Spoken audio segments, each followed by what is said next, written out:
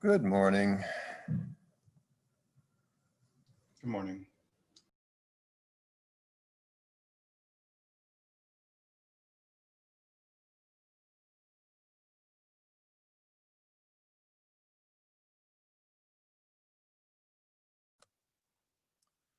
Okay, here's a list of problems that we've been looking at. We did search, where we searched for a list to see if there was a key in it. We did count if equals. We counted how many times the key showed up in the list. We filtered, where given a list of numbers, we returned a list that had all the integers bigger than that number. Then we did we do this one, filter list? Let me see here.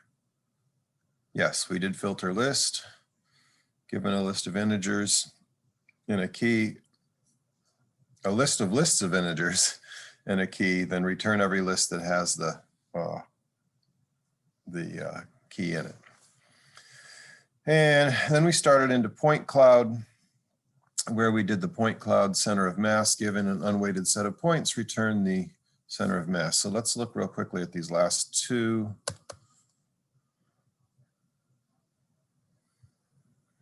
This is filter lists. So given a list of lists, all right, so we made some lists, L1, 2, 3, and then we made list 4, which was all of them together. And then list 5 was lists 0, 1, 2, 3, and 4. So 5 is the list of lists.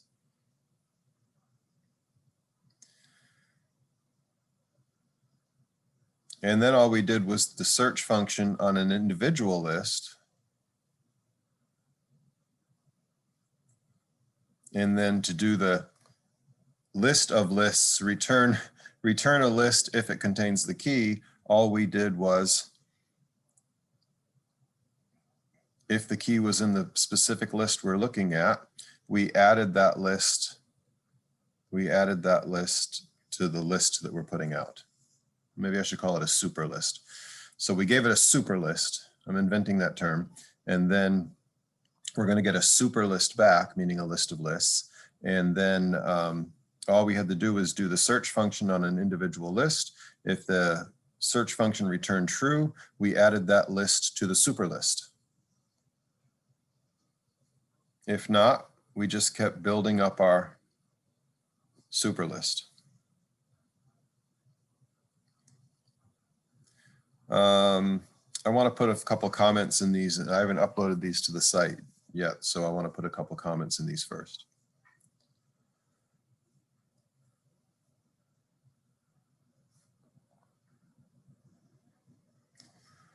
The structure here is the basic repeated structure is, when you're dealing with a list, you first check to see if you're at the end of the list. You know, is there enough of a list here for me to work with? Usually it's, is it an empty list, but we're going to, I think, see some examples today where we're looking at the last element. If the list has a length of 1, then it's too short to do anything with. For example, if I'm comparing 2 points and I put those 2 points in a list and you only give me 1 point, I can't do any comparison. So we first check to make sure that we're at the end of the recursion. Have we run out of data items to play with? And if we're at the end of the recursion, then we return some kind of a value. Now, again, you have to keep track of the typing yourself. You have to keep track of what is the data type that my function is returning.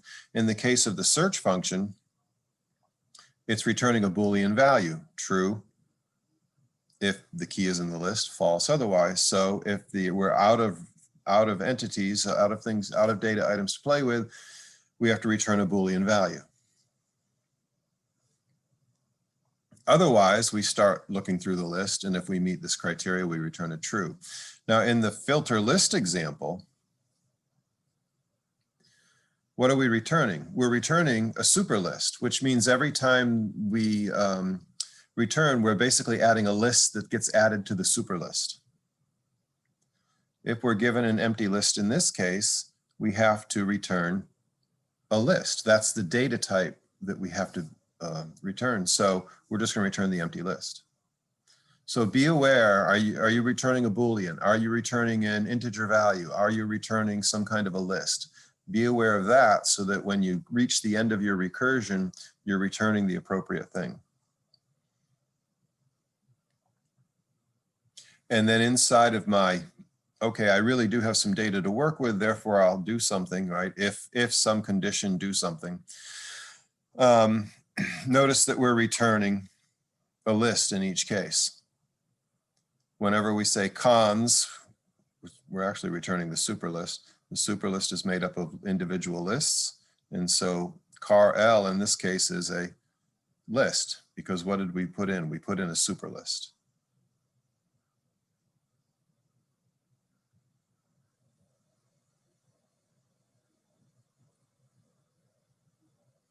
Questions or comments or confusions?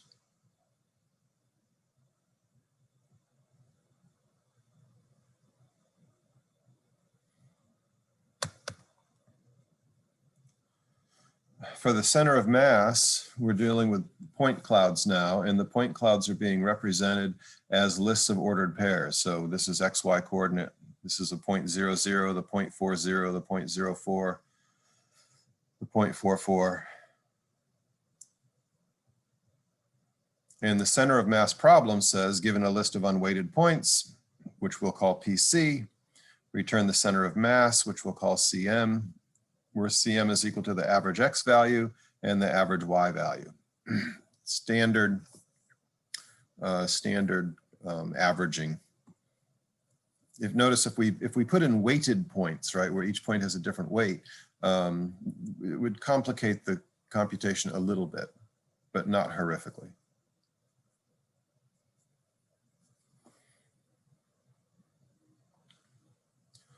How would you do this? Well, let's see. Since the center of mass is the average X value and the average Y value, maybe we should get the average X value and get the average Y value.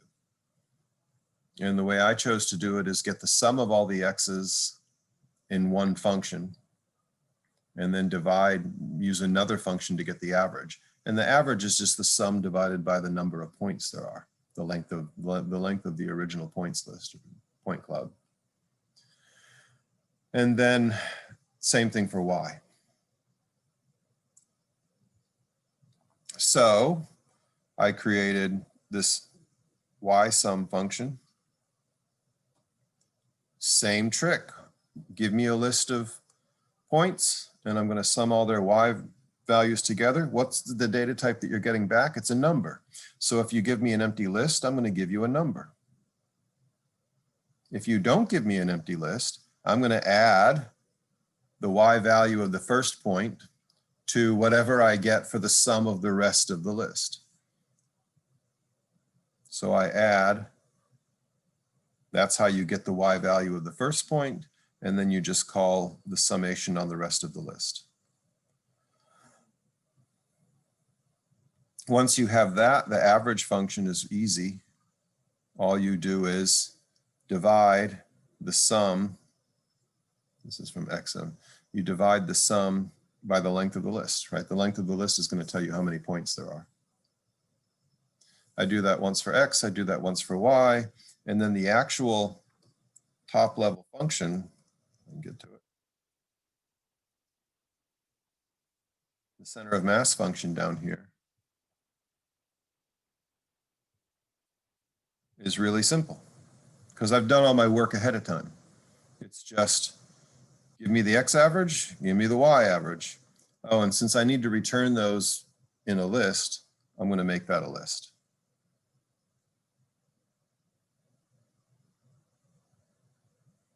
And if we run that, I ran the center of mass function on all the lists using the map function, and I get all the values back, and you can check and do the math yourself and convince yourself that it's correct. As usual, you guys should be fairly good at determining what kind of test cases you should have. I would generally test an empty list. I would test something simple. I would test things that have, like here on P4, it's the same point over and over and over again, right? So to test repeated data points. That appears to have worked. Center of mass is 5.5.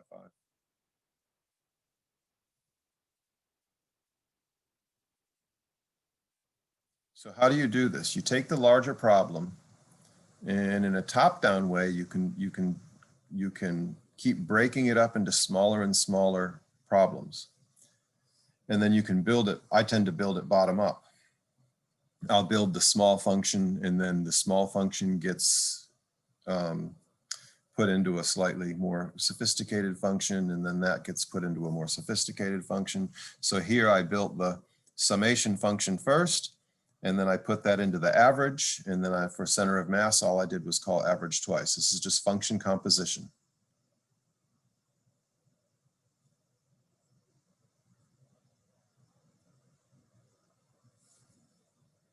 So questions about that?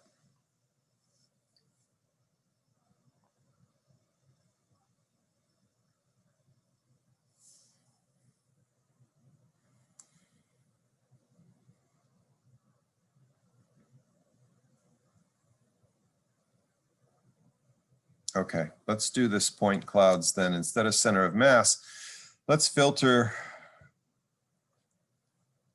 given a point cloud, tell me all the points that are above some, this is greater than, oh, to the right of some x value. So we're going to return all the points that have an x value strictly greater than some given x value. So think about how you want to do that. What kind of functions are you thinking of building to make that happen?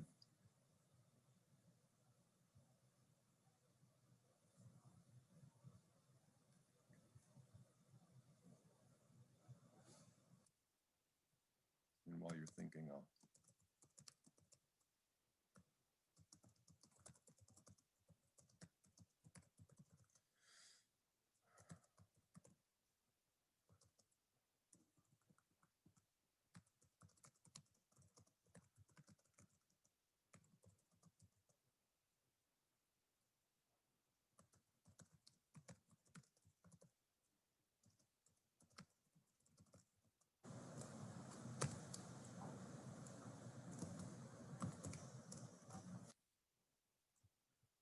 okay, so given a list of points and some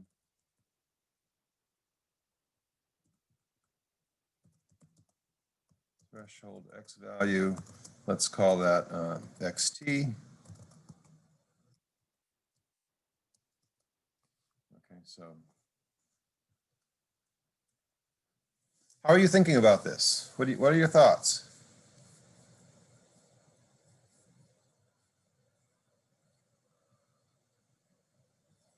What are you ultimately returning? What's the data type for the larger function, for the filtered GTX function? You'd return a list, right? Because it's asking for points that have the x coordinate greater than xt, or the threshold. That's what I think, at least. You know what? I'm sitting here with my sound down and wondering why you guys are being so quiet. Oh, I said you do return a list, at least. Yeah, you're going to That's return a my list. points. Right, you're going to return a list of points. Yeah. Hey, this is much better. Gosh.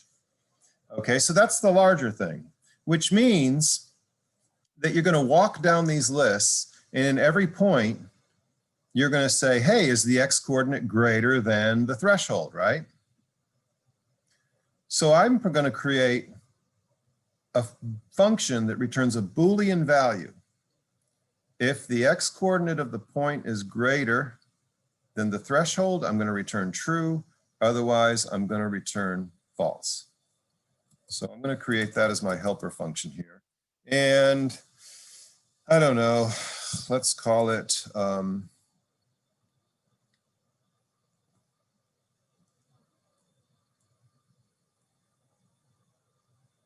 I have no idea. X point greater than xt. Boy, that's a lousy name, but oh well. We better tell people what that does.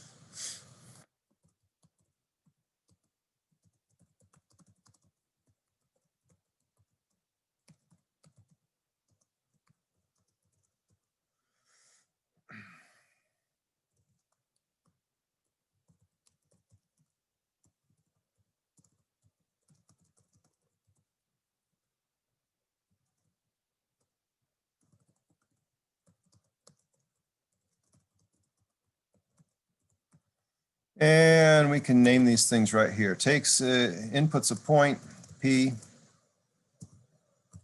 and a threshold.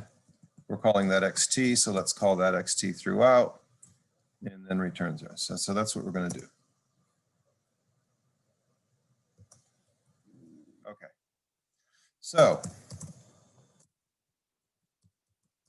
we're going to put in a point and a threshold. And then there's my empty, there's my empty, there's my empty.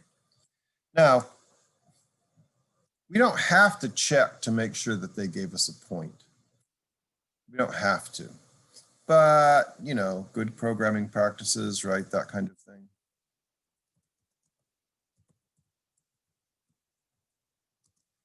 If null P, then return false. Otherwise, do the thing we were going to do anyway. Let's see. What we're going to do is compare XT to P, and if it's XP is less than XT, we're going to return false. Otherwise, we're going to return true, less than or equal to, I should say. So we can say if there's our condition, there's what to do if it's true, there's what to do if it's false. Our condition is if greater than or equal to, what's the x coordinate of P here? Car P. There. So that's if the x coordinate of P is greater than the threshold.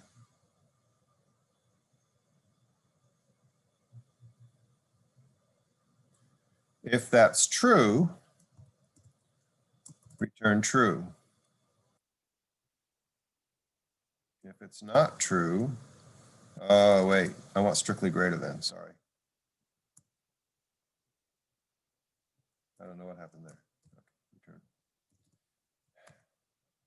There we go. Does that look right?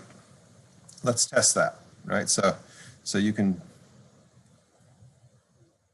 my advice to all of you, everybody, is always just do a few lines of code, compile and run. Nobody follows that advice, but that's my advice. All right, so let's try this thing. X point, what a lousy name, GTXT.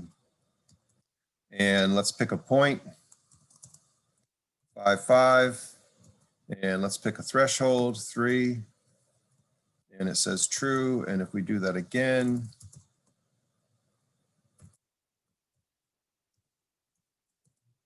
5, 5, and we pick 6, false. Okay, and of course we should check more. Okay, now that I have this thing, life's pretty easy. Inputs a list of points, P list, and returns the list of points where, and we could say x point GTXT is true, where x value is greater than some threshold XT. Notice I'm giving them the names right off of there in the description, so when people see these abstract terms, they can define. And what did we call this thing? It ended up being filter greater than X. And what are we bringing in? We're bringing in a P list and a threshold for the X value. And there's my,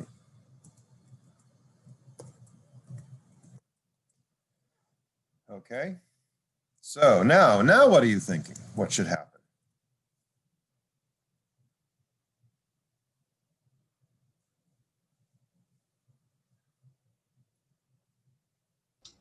We call the x point greater than threshold, and if that value returns Right. true, then add that to the super list or the list we're going to return.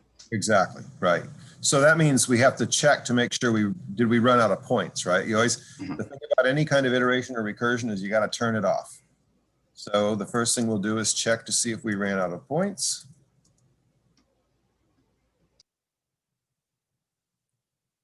If it did, we're going to do something. If not, we're going to do what Miles said. What should we return? Once we run out of lists, what should we give back?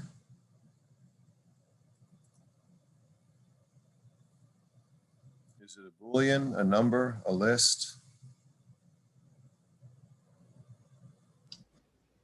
A list. A list. Since we're returning a list of points, the thing we have to give back is a list. If we don't, when we try to I'm thinking ahead here, that's why I'm pausing. When we try to make all this stuff go together in the part that we're doing now, then it's not, we're going to get a data type error, right? Hey, you told me you were going to give me a list and you gave me a nothing. Okay, so let's see the points list. Let's keep the construction right. Each element in the points list is actually a little list of 2 elements. So what are we going to do now? We're going to say, okay, if the X value of the first point in the list is greater than the threshold, keep it, add it to the list we're returning. Otherwise, ignore it and keep building the list based on the rest of the super list or the points list. So now we have another if. There's our conditional, what to do if it's true, what to do if it's false. And the conditional is if, now this is why we built this thing, x point, oops, GTXT, applied to the carved P list with XT. If that's true, then we want to add that list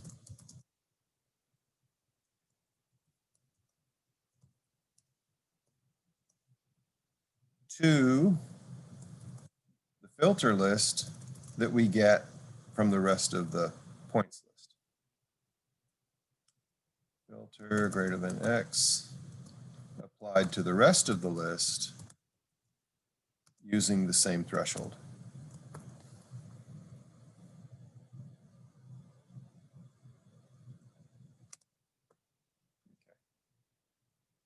If not, I have a feeling I've screwed up my parentheses here, but we'll see. If not, we're just going to keep making the list.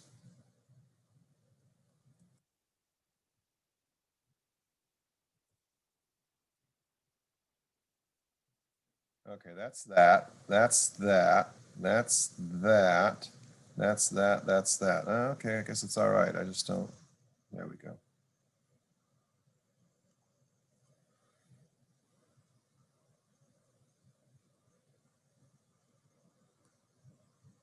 Nothing obvious happened bad. All right, let's see. What was P list 1? So if we do filter greater than X on P list 1, and let's see everybody who has an X value greater than 2. There it is.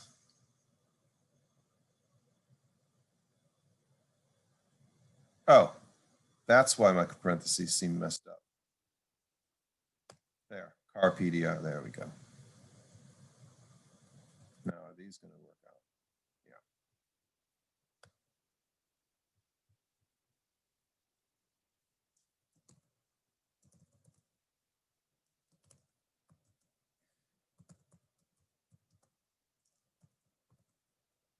Still an arity problem. Do you guys see it?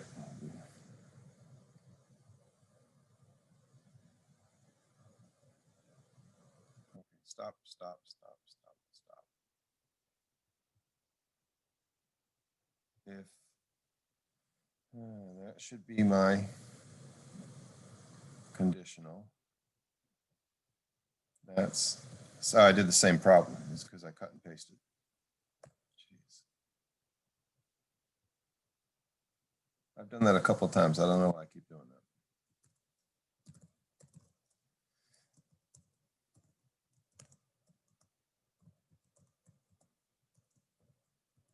Ah, there you go. The two elements that are, if I do P list 2 and I do the same trick,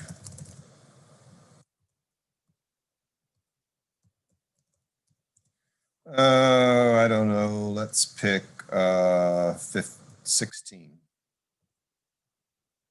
And the reason I picked 16 is because there is a 16 in there.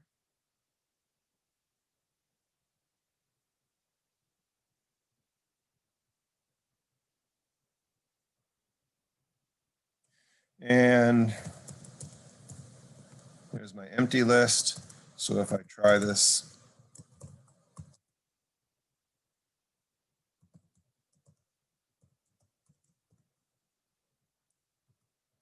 I get the empty list. And if I try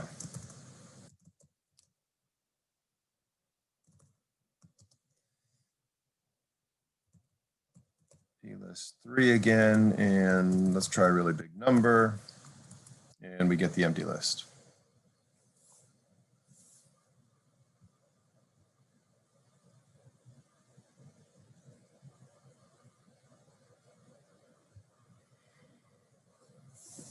Questions?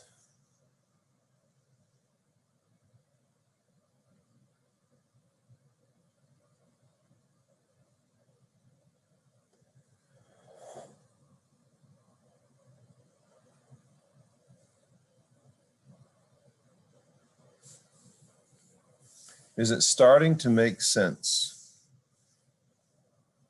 Better yet, if it's not, you're the person who should speak up. It's making sense. My homework, the homework solution I have for the homework was kind of similar. I think the hardest part is just to stop thinking imperatively. Yes, it is. Yeah, that is hard. Right. Yeah. Notice I don't do any like temporary variables. Right. Instead of a temporary variable, think in terms of a temporary function or a helper function.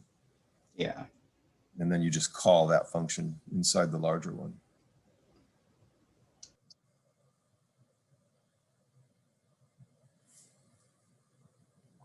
Yeah. Someone had a question in Canvas overnight, and I was answering it. And basically, they were thinking, they were talking about how to get the area of that rectangle. And they were basically still thinking imperatively.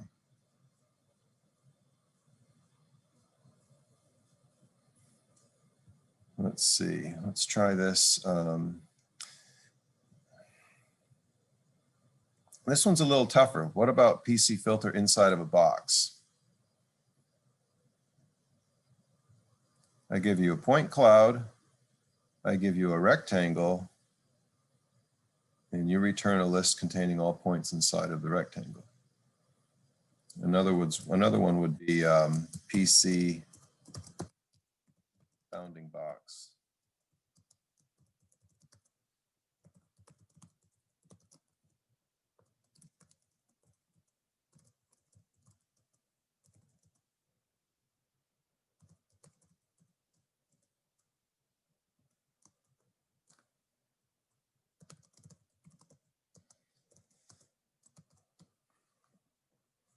What would that one be? How would you, which one do you want to do? You want to have a box and you tell me the points that are inside it, or do you want to have a point cloud and you tell me what the box is that contains it? By the way, we're going to keep life simple. We're not going to have rotated boxes, right? That would just add a lot of angular measurement to what we're doing. Let's keep life simple.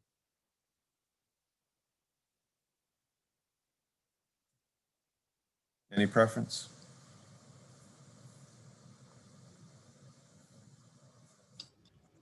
I'd go with filter inside the box. Okay. All right. The first one. No, I'm not sure which is easier. They're probably about the same. Let's see. I think I have this.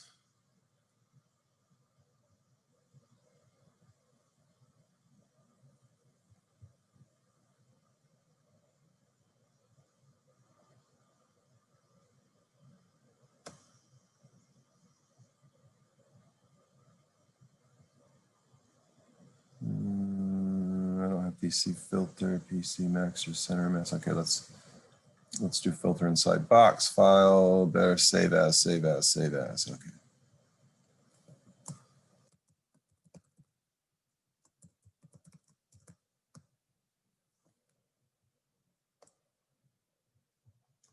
Okay, so I'm going to use these same lists.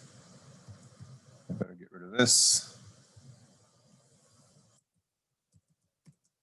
This is the downside of commenting, is if you don't update your comments, they're useless or worse than useless because they're misleading. So, how are we going to approach this? What we have is, let's see, do I want to do it this way? I've got a bunch of points and I've got a box. There's the box and then a bunch of points. Hard to make a lot of points with this thing.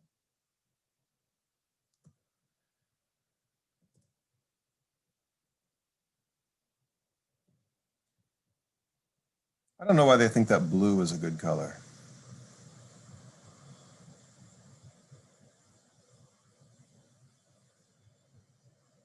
Okay.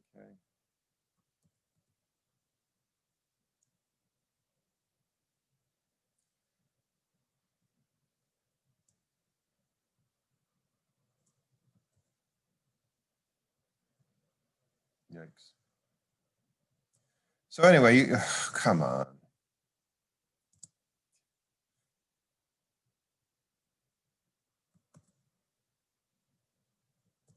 You get points that are in the box and points that aren't in the box, right? So you want to just return the points that are in the box. So what's the criteria for having a point inside the box?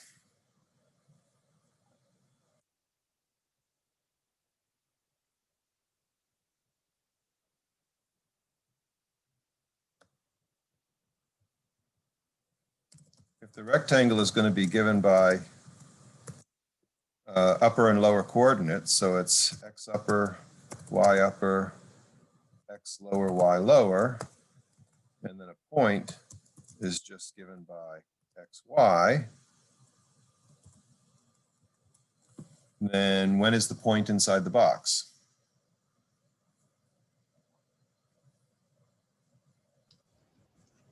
When the x and y values for the point are somewhere in between the lower and upper for the rectangle.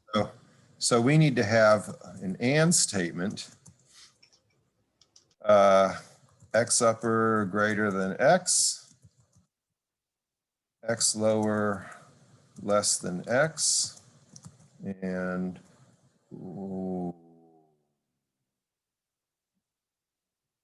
y upper less than y, because it's the upper left, and maybe I should do UL and LR, and y lower greater than y, because y lower is the lower right corner of the rectangle. So all four of those things need to be true. So given that those are the kinds of things you need to do, what kind of smaller methods might you create, right? Because we can turn that into one function. And if we turn that into one function, then our larger function gets really small. It's just, hey, run this test on every point, and if it returns true, add the point to the list, and if not, don't.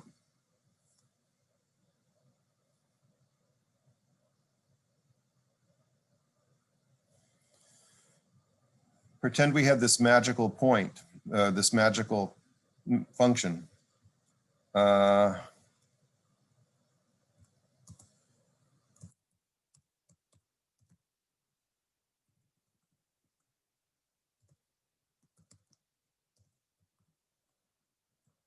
For a given point.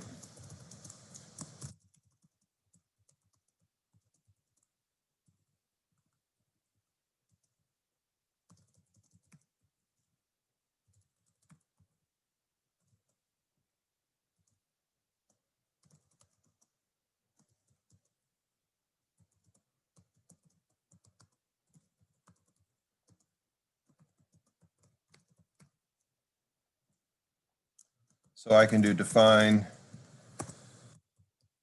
better give it a name.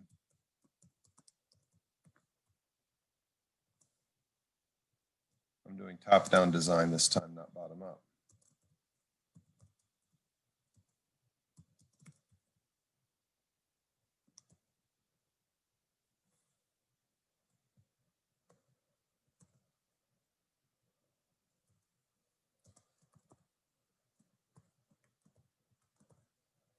Okay. Now, why would I do that? I'm doing this because now I have a dummy function I can work with, and it's wrong. But now I can create my larger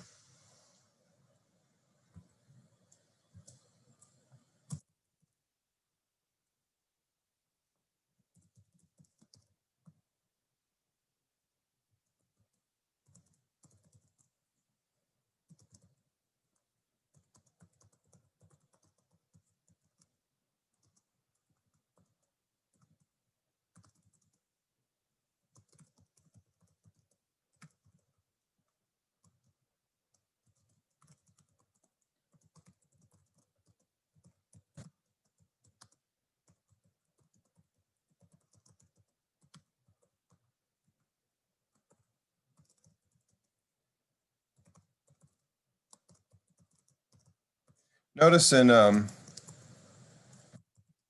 Java, we say, oh, make these big, long, descriptive function names, and it's not, it doesn't work as well here. What did I need? A P list and a rectangle.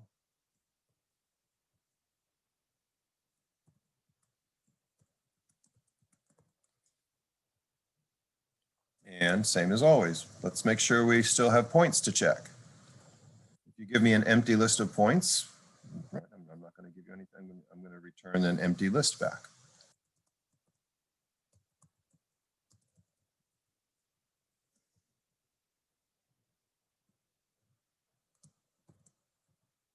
Otherwise, we're going to check to see if the first point in the list is in the box. There's my conditional, true, false. Okay, so my conditional is if point in box is true.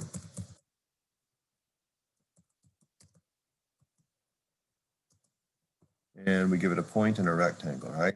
So that's the first point is going to be the car of P list and the rectangle that you gave, that was put in. If it returns true, we're going to add the point to the list that we're creating. So it's going to be cons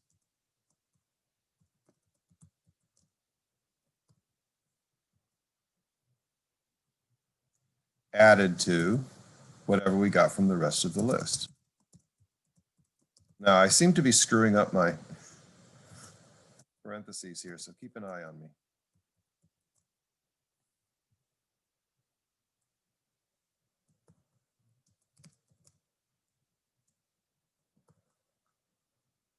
That looks better.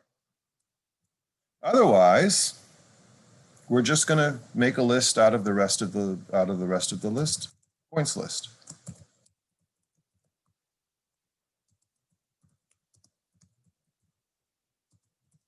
That almost did it.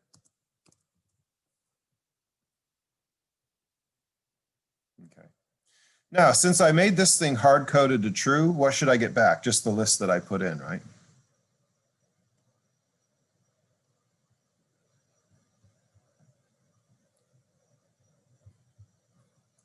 I just want to do a check and make sure I haven't done anything really horrible here. Points list is going to be P list 4, and my rectangle is immaterial because I'm not using it yet. There it is. There's my problem. True, true, true.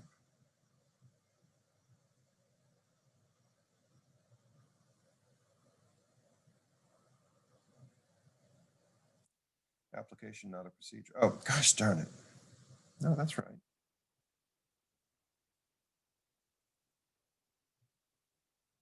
expect that a procedure can be given T.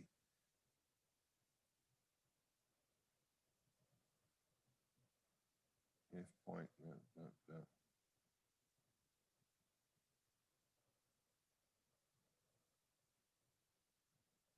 That's right, it was given T if true. Oh boy.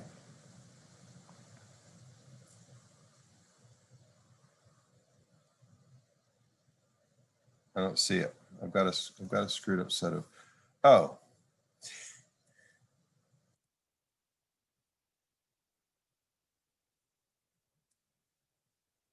Let's try that.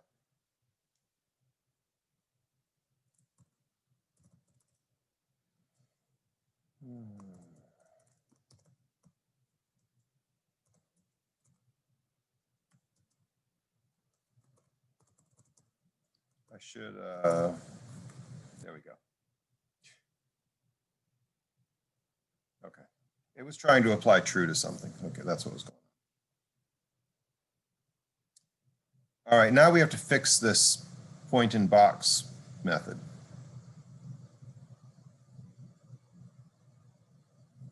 And we've got basically checking to make sure that the x coordinate is within the boundaries and the y coordinate is within the boundaries. And I think that I would rather do those as separate values.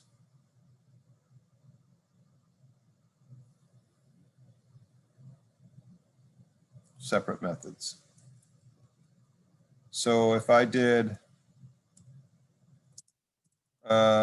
let's do the x1 first.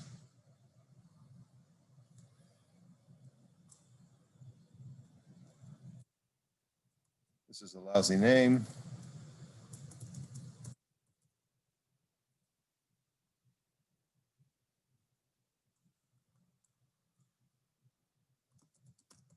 That's a little better. Given a rectangle, rect and x value x,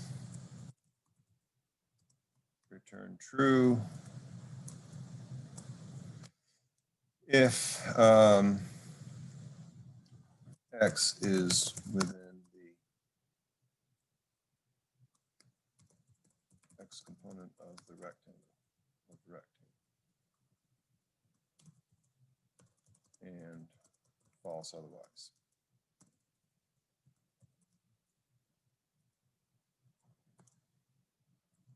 Now, you have some choices here. Like I chose to input the x value in a rectangle. I could have broken apart that rectangle and put it in an x value with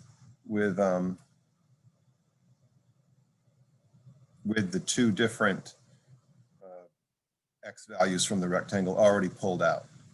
But by maintaining it as a rectangle, I have an advantage because the rectangle is by definition upper left, lower right. So I already know which of the two x extremes I'm checking is on top. If I just feed this thing x values randomly or without any structure, I have to do a lot of checking to make sure, okay, I've got x, the thing that I'm checking, x1 and x2, and I have to now make sure which of x1 and x2 is the top and the bottom. But I already know that because of the way the rectangle is set up, upper left, lower right. So I know which x value is on the left and which x value is on the left and which x value is on the right.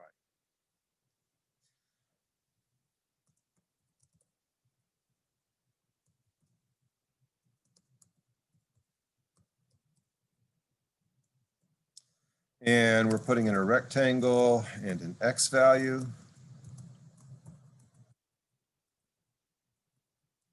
And then we're going to say, okay, we don't have to check to see if we're out of list because we are not running through a list anymore. We have exactly one rectangle and one list and one point. So all we have to do is check to see if the x value is within bounds. So that would be if our condition, thing to do if it's true, thing to do if it's false. And what's our condition? We want to make sure, and I'm going to use strictly inside, we want to make sure that that x value is bigger than the one on the left, right? Bigger than the upper left x value and less than the lower right x value. So that's two conditions. How do we do that? And if the x value that we have is greater than the x value on the upper left corner of the rectangle, that's going to be the first element of the rectangle. Car L, car rect.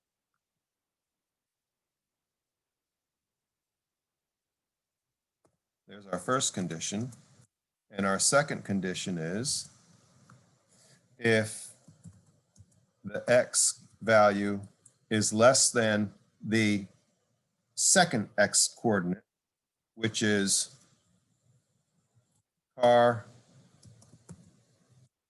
cooter, cooter,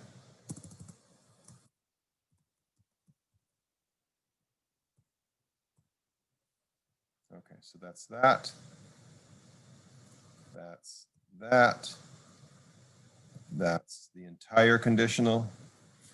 If that happens, then the x value is within bounds. Otherwise, it's not. So we don't have to do anything. We're just returning true and false. We're out of time. We would do the same thing for the y boundary. So I'm going to create a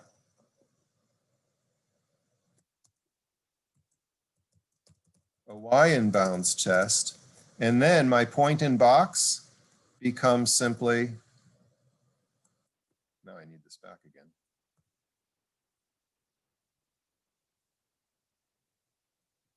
Don't do that. If and x in bounds, what did I do? I shouldn't change the location. X in bounds of rec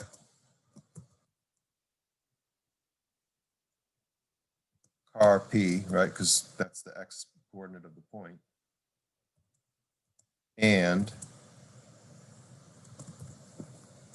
if both of those are true, I'm going to return true. Otherwise, I'm going to return false. And this one is going to be y in bounds. And to get the y coordinate out of the rectangle, and to get the y coordinate out of the point, it's car cooter P. That's my second condition. That's my and. That's my true. It would be that. But we have to build the y in bounds, which looks exactly like the x in bounds, except using x's and y's and slightly different cars and cooters. I'll finish this up and post it. You can hopefully finish it up on your own. The way I'm working through this rectangle, by the way, when you're doing your area calculations, that should give you some help on how to do that. You can work with the rectangle. You know, how are you going to get that delta x for the area, when you're computing the area? How are you going to get that delta x? Well, you know the upper left and lower right of the rectangle of the rectangle, so you can always subtract the x coordinate from the right hand x coordinate from the left hand x coordinate, and then subtract the upper y value from the lower y value, multiply those two numbers together, and there's your rectangle area. Okay, we're over time. Got to go. Ask questions in the discussion or on Canvas. Okay, thank you. Thank you.